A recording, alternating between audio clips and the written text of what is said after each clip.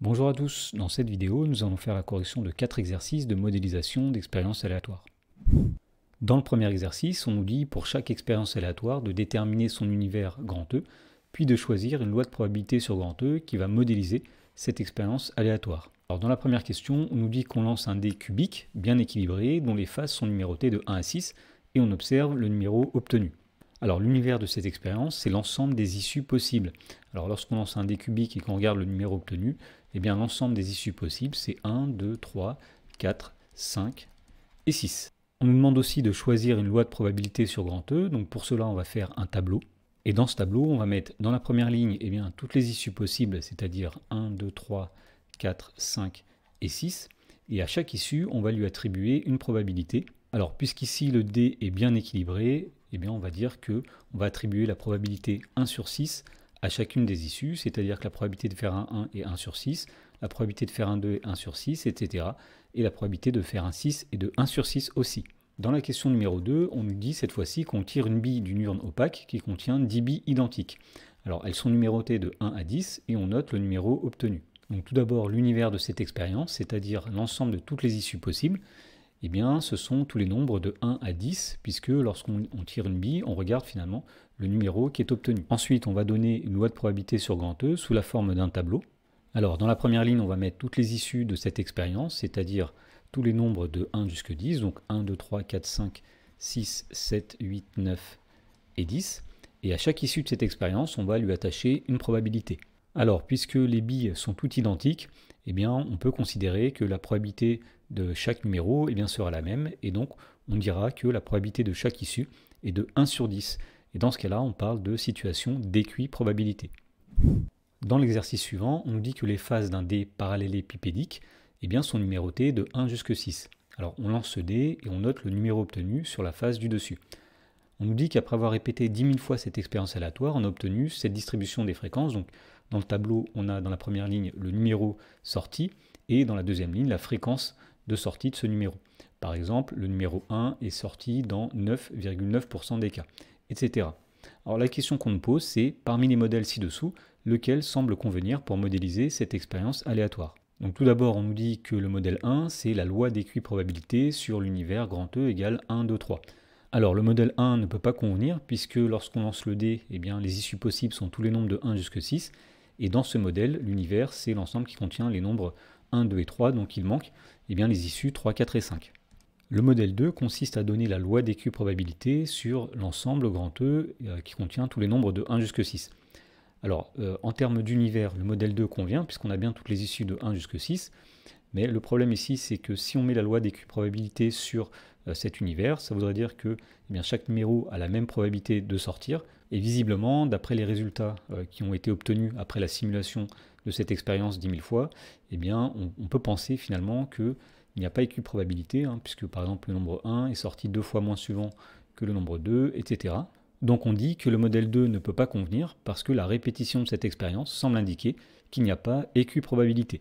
Et pour finir, on nous donne le modèle 3 dans lequel la loi de probabilité est donnée par le tableau qui est ci-dessous. Alors tout d'abord, nous avons eh bien, les 6 issues, 1, 2, 3, 4, 5, 6. Donc ça correspond effectivement à cette expérience aléatoire. Ensuite, on nous dit que la probabilité d'obtenir un 1 est de 1 sur 10, ce qui est quand même très proche de la fréquence obtenue lorsqu'on répète l'expérience 10 000 fois. De même, la probabilité d'avoir un 2 eh bien, dans ce modèle est de 1 chance sur 5, c'est-à-dire 0,2, ce qui est très proche aussi de ce qu'on a obtenu en répétant l'expérience, etc. On constate en fait que pour chaque issue, la probabilité qu'on propose dans ce modèle eh bien, se rapproche beaucoup de la fréquence obtenue quand on a réalisé eh bien, cette expérience 10 000 fois. Donc on peut dire que le modèle 3 finalement peut convenir pour modéliser eh bien, cette expérience aléatoire. Dans l'exercice suivant, on nous demande d'imaginer des expériences aléatoires qui peuvent être modélisées par les lois de probabilité suivantes. Alors dans la première question, on nous donne une loi de probabilité dans laquelle eh bien, les issues sont 4 couleurs, noir, bleu, rouge et jaune, et les probabilités sont toutes les mêmes, un quart, un quart, un quart, un quart, c'est-à-dire qu'il y a une situation d'équiprobabilité. Alors une expérience aléatoire qu'on peut proposer, c'est l'expérience qui consisterait à tirer une boule dans une urne qui contiendrait 4 boules indiscernables, dont une noire, une bleue, une rouge et une jaune. Donc les 4 issues sont bien noir, bleu, rouge et jaune, et on a bien une probabilité d'un quart d'obtenir chacune de ces issues. Dans la question numéro 2, on nous dit cette fois-ci que la loi de probabilité est donnée par le tableau dans lequel les issues sont vert, rouge et orange, et les probabilités sont 0,6, 0,35 et 0,05. Alors par exemple, on peut proposer l'expérience aléatoire qui consiste à tirer une boule dans une urne qui va contenir 100 boules indiscernables, dont 60 vertes, 35 rouges et 5 oranges. Alors on a bien les trois issues qui apparaissent dans la loi de probabilité de la question. Et alors par exemple, la probabilité de choisir une boule verte est de 60 sur 100, c'est-à-dire 0,6. La probabilité de tirer une rouge est de 35 sur 100, c'est-à-dire 0,35. Et la probabilité de tirer une boule orange est bien de 5 sur 100, c'est-à-dire 0,05. Dans la question 3, on nous donne une loi de probabilité dans laquelle les issues sont chemise, t-shirt, polo, avec des probabilités 0,35, 0,5 et 0,15.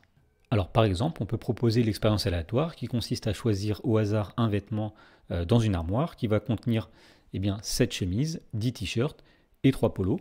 Alors la probabilité de tirer une chemise est de 7 sur 20, il y a au total 7 plus 10 plus 3, 20 vêtements. 7 sur 20, c'est-à-dire 0,35. La probabilité de tirer un t-shirt est de 10 sur 20, c'est-à-dire 0,5. Et la probabilité de tirer un polo est de 3 sur 20, c'est-à-dire 0,15. Dans l'exercice suivant, on nous dit que dans une urne, il y a des boules rouges, des boules bleues et des boules vertes qui sont indiscernables au toucher. Alors on réalise 1000 fois l'expérience aléatoire qui consiste à tirer au sort une boule dans l'urne, noter sa couleur et la remettre dans l'urne. Alors l'évolution des fréquences des boules obtenues de chaque couleur au fil de ces 1000 répétitions est donnée ci-dessous. Donc on a un graphique dans lequel on a trois courbes finalement qui représentent l'une le vert, l'autre le rouge et l'autre le bleu. Dans la première question, on nous demande de proposer une modélisation de l'expérience aléatoire consistant à tirer au hasard une boule de l'urne. Alors pour modéliser cette expérience aléatoire, on va donner une loi de probabilité qui pourrait convenir à cette expérience. Alors le tout ici, c'est de regarder pour chaque issue, c'est-à-dire vert, rouge ou bleu, quelle est la probabilité qu'on pourrait lui attacher. Lorsqu'on répète une expérience aléatoire un grand nombre de fois, la fréquence de sortie d'une issue va se rapprocher, disons, de la probabilité théorique de cette issue. Donc, par exemple, ici, on voit qu'au bout de 1000 répétitions, la fréquence de sortie des boules vertes était d'environ 50%, donc on pourra attribuer la probabilité 50%, un demi, à l'issue, la boule tirée est verte. De la même façon, on voit que la fréquence d'apparition de la couleur rouge, quand on fait ces 1000 expériences aléatoires, se rapproche à peu près de 32%, 33%, et pour le bleu, elle est environ de 17 ou 18%. Donc on peut proposer la loi de probabilité suivante pour modéliser cette expérience aléatoire. Alors tout d'abord, l'issue, la boule tirée est verte, on va lui attribuer la probabilité de 0,5, 50%. L'issue, la boule tirée est rouge, on va lui attribuer, alors par exemple, la probabilité 0,32. Et l'issue, la boule tirée est bleue, on va lui attribuer la probabilité 0,18. Et on fait quand même attention à la fin que la somme des probabilités est bien égale à 1. Effectivement, 0,5 plus 0,32 plus 0,18, ça fait 1. Dans la question numéro 2, on nous dit qu'on a réalisé une autre série de 1000 tirages et on a obtenu le tableau suivant dans lequel on a les couleurs et en dessous le nombre de boules tirées. Dans la question A, on nous demande de proposer une autre modélisation de l'expérience aléatoire. Donc pour cela, on va encore une fois donner une loi de probabilité qui pourrait convenir et on va attribuer des probabilités à chacune des issues en s'aidant de l'expérience qui a été réalisée. Alors puisqu'il y a eu 330 boules tirées qui étaient rouges sur les 1000, on peut considérer que la probabilité de tirer une rouge est de 330 sur 1000, ou en tout cas très proche. Donc on va donner ici 0,33 ou attribuer 0,33 comme probabilité à l'issue rouge. Ensuite, il y a eu 510 cas où la boule tirée était verte. Alors ce qui fait en termes de fréquence 510 divisé par 1000, 0,51. Donc on peut penser que la probabilité d'obtenir une boule verte est de 0,51, en tout cas on peut le proposer. Et pour finir, puisqu'il y a eu 160 boules qui étaient bleues sur 1000, on peut proposer comme probabilité 160 sur 1000, c'est-à-dire 0,16. Dans la question B, on nous demande quel phénomène ces deux séries de 1000 tirages illustrent-elles. Le phénomène qu'on observe ici, dont on a déjà parlé, c'est que lorsqu'on répète un grand nombre de fois une expérience aléatoire, la fréquence d'apparition d'une issue va se rapprocher de sa probabilité théorique.